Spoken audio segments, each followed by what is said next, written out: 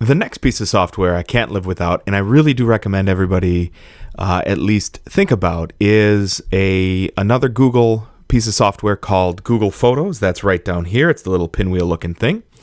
What I'll tell you is there's this huge possibility that at some point in time your phone is either going to be lost or stolen or broken or all of the above, right?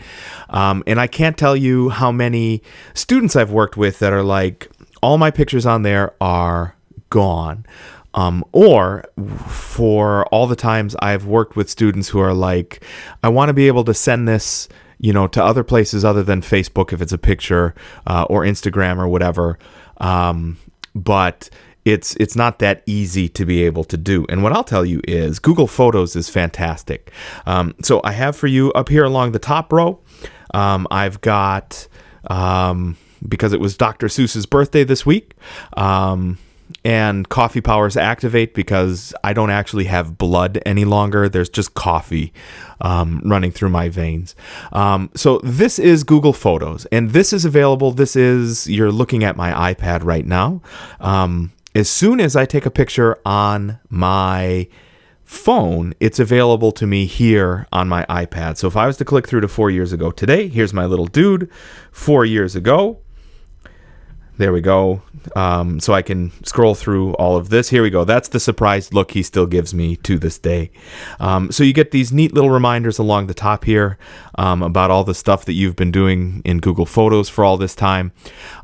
You get unlimited storage if you upload compressed images. I actually end up paying $2 a month so I can have the full quality of my photos upload. I'm not sure it's a big deal for everybody, but the way I think about it is if anybody's ever looked at like an old VHS tape or, an even older camcorder, you're like, wow, the quality there was not so great, right? It's just stuff keeps marching forward. And I figure, in 25 years, when I'm coming back to look at pictures of, my little guy, the first time he was at the auto show or whatever that picture was of, this way I have, that's available to me immediately. Other things that are nice that I can do here, if I take a picture, any of these, I can actually do edits immediately on here. That's the three slider bars you see down here at the bottom. So if I click on that, Google's going to give me automatic adjustments if I choose to. So I'll click on automatic. It's going to go ahead and fix that. And up here in the upper right hand corner, I've got save. Boom. Now it's instantly saved. What I can do is take that image and send it from my phone to my in-laws. So his grandparents who live in Florida and can't see him all the time. I send the pictures over there. I'll send it to my grandparents who live in Atlanta and don't get an opportunity to see him. I'll send them to his cousins who live in Madison and don't get an opportunity to see him.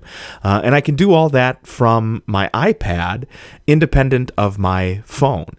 The other nice thing is, let's say next year I do another upgrade for everybody with their iPhones. It's really easy for me just to, trade in that phone or hand me down those phones to my relatives because all of my images really aren't on the phone. They're here with Google in the cloud and I never have to worry about it.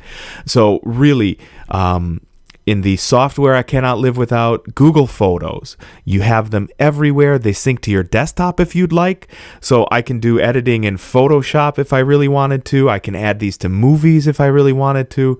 And it just makes my life so much easier. And it makes connecting with, the in-laws, the grandparents, etc. so much easier. And for those of you who may or may not be forgetful and leave your phone behind places, having all the stuff you did with your phone every place you go is pretty fantastic. So Google Photos gets a big thumbs up from me.